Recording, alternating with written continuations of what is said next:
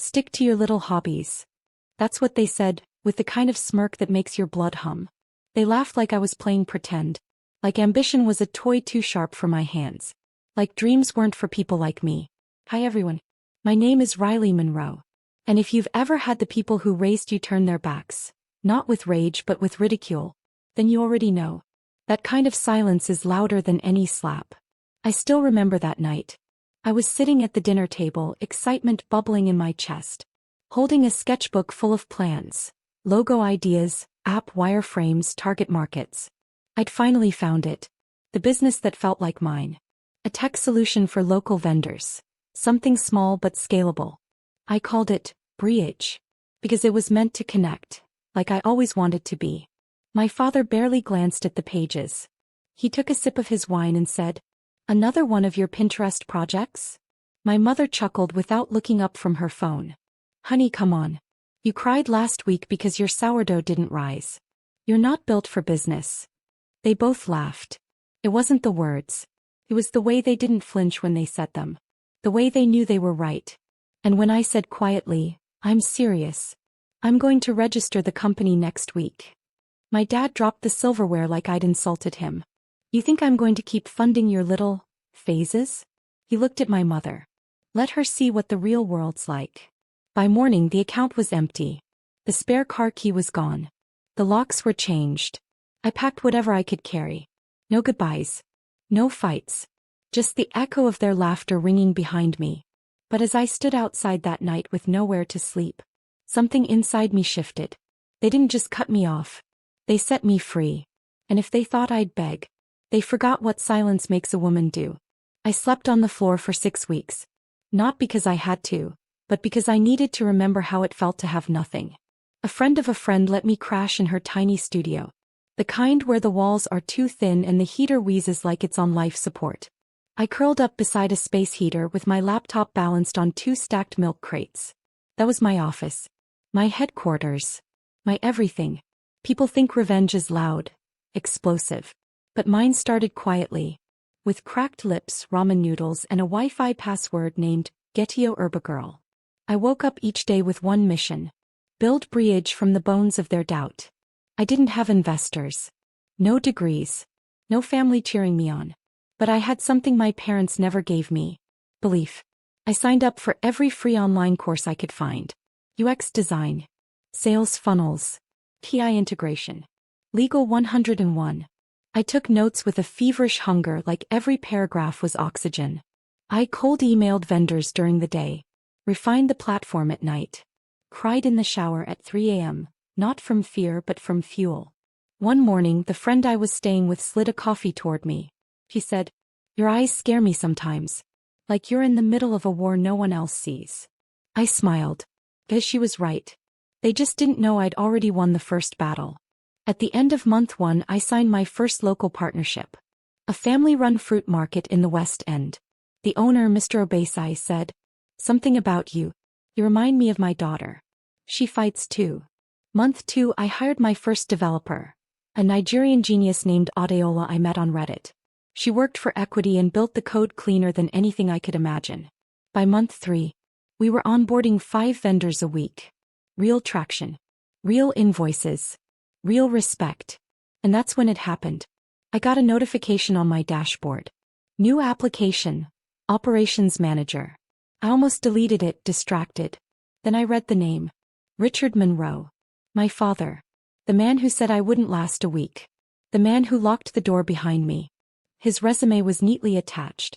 Cover letter full of praise for a company he didn't realize was mine. I stared at the screen for a long time. Then I scheduled the interview. I booked a conference room on the top floor. Glass walls. Bright sunlight. Cold silence. I wanted him to see everything he said I couldn't build. The receptionist buzzed me when he arrived. "There's a Mr. Monroe here for the 11 a.m. interview." I walked slowly, heels clicking down the polished hall. My chest was calm, unnervingly calm. Like every nerve had folded into steel. I paused at the door before entering, straightened my blazer, smoothed my ponytail, and walked in. He didn't see me at first. He was standing by the window admiring the skyline, probably thinking about how nice it'd be to work in a place like this. Mr. Monroe? I said, turned, and the blood drained from his face. I watched the recognition hit like a punch to the gut. His mouth parted. No words. Just that haunted look people get when ghosts from the past arrive in suits. I didn't smile. Didn't blink. I simply extended a hand. Riley Monroe, CO of Bridge. He took my hand like it burned him. Still couldn't speak. I gestured to the seat across from me. He sat. Fully. Awkwardly. Sweat forming near his temple. I read your resume, I said, flipping the pages slowly. Impressive. Says here you specialize in team building and mentorship. He cleared his throat. I didn't know this was your company. I nodded. Most people don't look at the name on the registration papers. Just the logos. Silence hung heavy. You said I'd crumble outside your walls, I continued. You said I wasn't built for pressure. He swallowed. I didn't mean. I held up a hand. I don't need explanations, Dad. I stood. Walked to the window. Looked out at the city I now helped run. You told me to face the real world. I turned back to him. And I did. Then without ceremony I picked up the resume, ripped it in half, and let the pieces fall like feathers to the floor. He flinched, like the sound had cut deeper than it should have. I walked toward the door. Paused. Funny, I said quietly. This resume comes from someone who said I'd never make it. And I left him sitting there. Same way they once left me. He didn't leave the room for 15 minutes. I watched from the security feed just once. Just to see what a man looks like after watching his own prophecy crumble.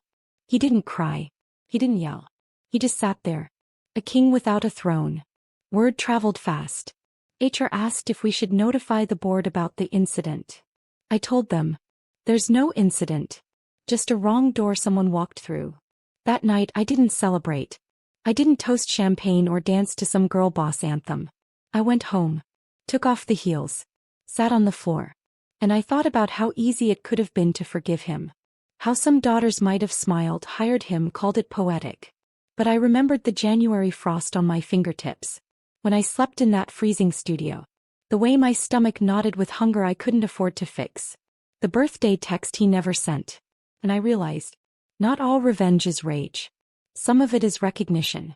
You look them in the eye. And they see what you became. Without them. 2 weeks later my mother called. She started light, pretending nothing had happened. How's the weather in the city? Still too noisy. Then she said it. I heard your father ran into a bit of embarrassment. You know these job markets are cruel. I didn't bite. She tried again. You must feel superior now. Sitting at the top. I paused. Then said, no, Mom. I feel tired. Tired of proving things to people who never believed in me. She sighed. Well, if you'd just told us your little project worked out, we wouldn't have been so harsh. Little project. That was the phrase that snapped something in me. My company employs 63 people, I said flatly. We launched in 4 cities. I mentor girls in tech every Saturday.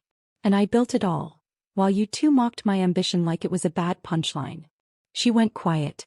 So I added, you don't get to take credit for seeds you never watered. Then I ended the call. Not with anger. But with something far colder. Boundaries. A week later a package showed up at my building. No note. No sender. Just a bouquet of lilies. White. Delicate. Wilting. I knew it was them.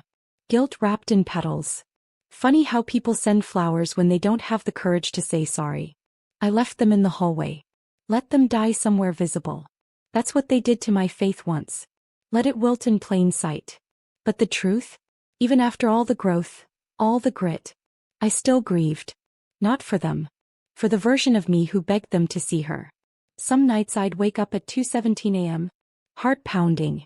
That old fear whispering. What if they were right about you? That's the thing no one tells you about rising. The higher you go, the lonelier it gets. Success doesn't erase abandonment. It just builds a balcony from which you can see it more clearly.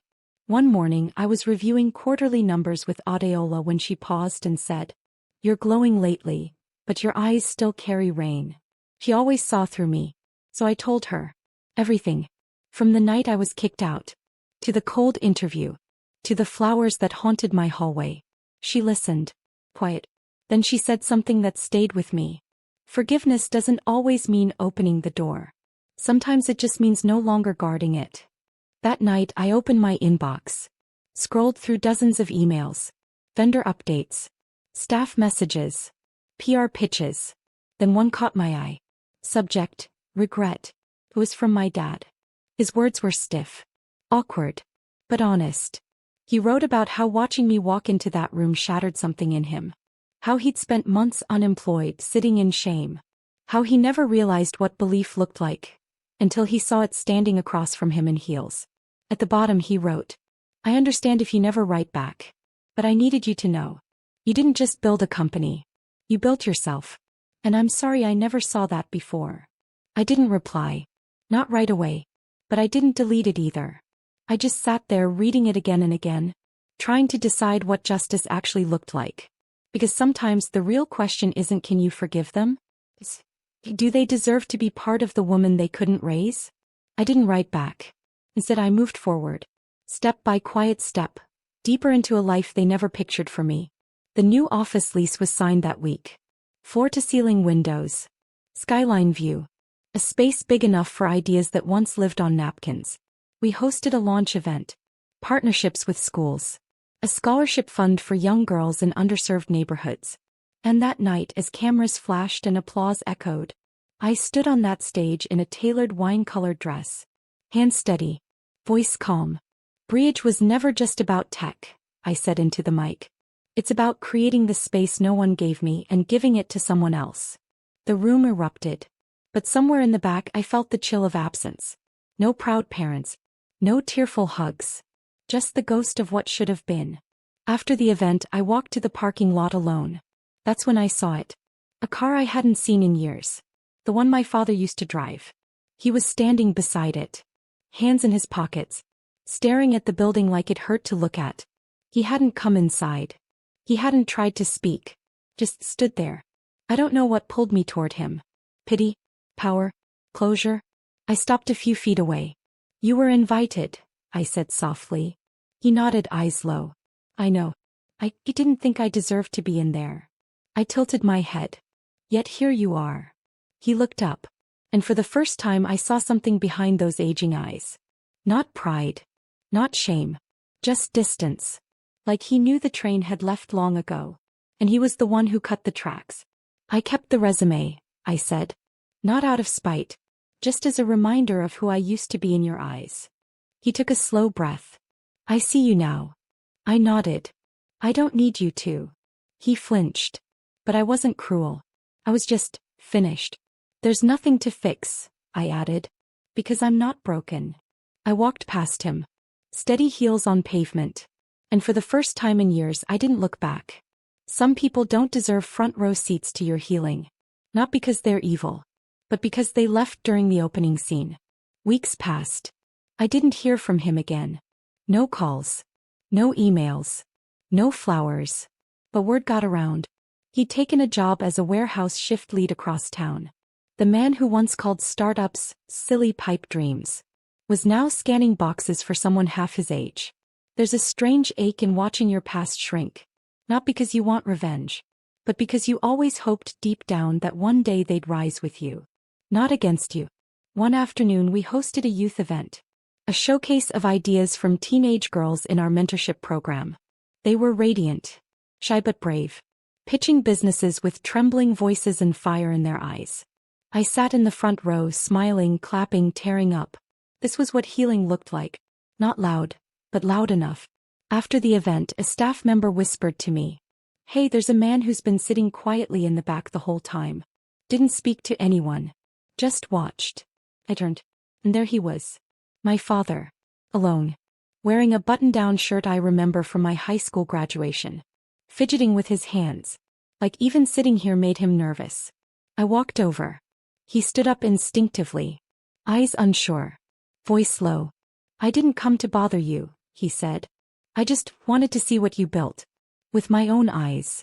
I crossed my arms. Did you? He nodded. Then looked around the room at the girls, the boards, the claps still echoing. It's more than I imagined, he said softly. You became more than I deserved. That line. It didn't hurt. It didn't sting. It just landed. I looked at him. And for the first time I saw not a villain, but a man who missed the train. And finally realized he'd built the station with locked doors. You can stay, I said. Not as my father. Not yet. But as a guest. He swallowed hard. Then nodded. Sat back down. In the back row. And I left him there. Not out of cruelty. But because healing doesn't skip steps.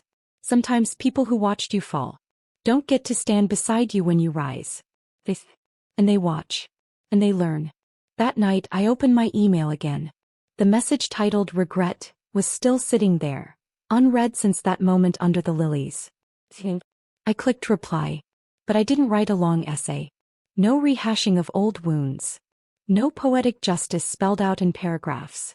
Just this. I became everything you couldn't see and even more than I ever imagined. You missed the beginning. You don't get to narrate the rest. But you may sit quietly if you wish, and witness the chapters that follow. I hit send, closed the laptop, and felt no weight in my chest. Because sometimes revenge isn't about tearing others down. It's about rising so far they can't touch you even if they reach with both hands. A week later I received a card. Handwritten. His handwriting still shaky, still rough. Read. Thank you for allowing me to witness what love built without me. I'll sit in the back row forever if that's what you need. I'm proud of the woman I didn't raise. I folded it once. Slid it into a drawer labeled no longer mine. Not because it hurt, but because I finally understood something. Can let go. Without letting them back in. Today Bridge employs over 100 women. Our tech is used in 6 countries. We've helped over 4,000 girls launch ventures of their own. And every time one of them stands up and says, I didn't think I could do it, but I did. I smile. Because that's what revenge really is. Not proving your past wrong, but making sure your future never has to beg for belief. This morning I walked into our HQ. The team had framed something in the lobby. It wasn't an award. Not a magazine cover. It was a scanned photo of the first sketch I ever drew. The one my father laughed at. The one they mocked over dinner. Now it hangs tall, bold and bright. A reminder that dreams don't need permission. Only persistence. So if you've ever been told you're not enough, don't scream. Don't beg. Don't crumble. Just build. Then one day they'll walk into a room and realize it belongs to you.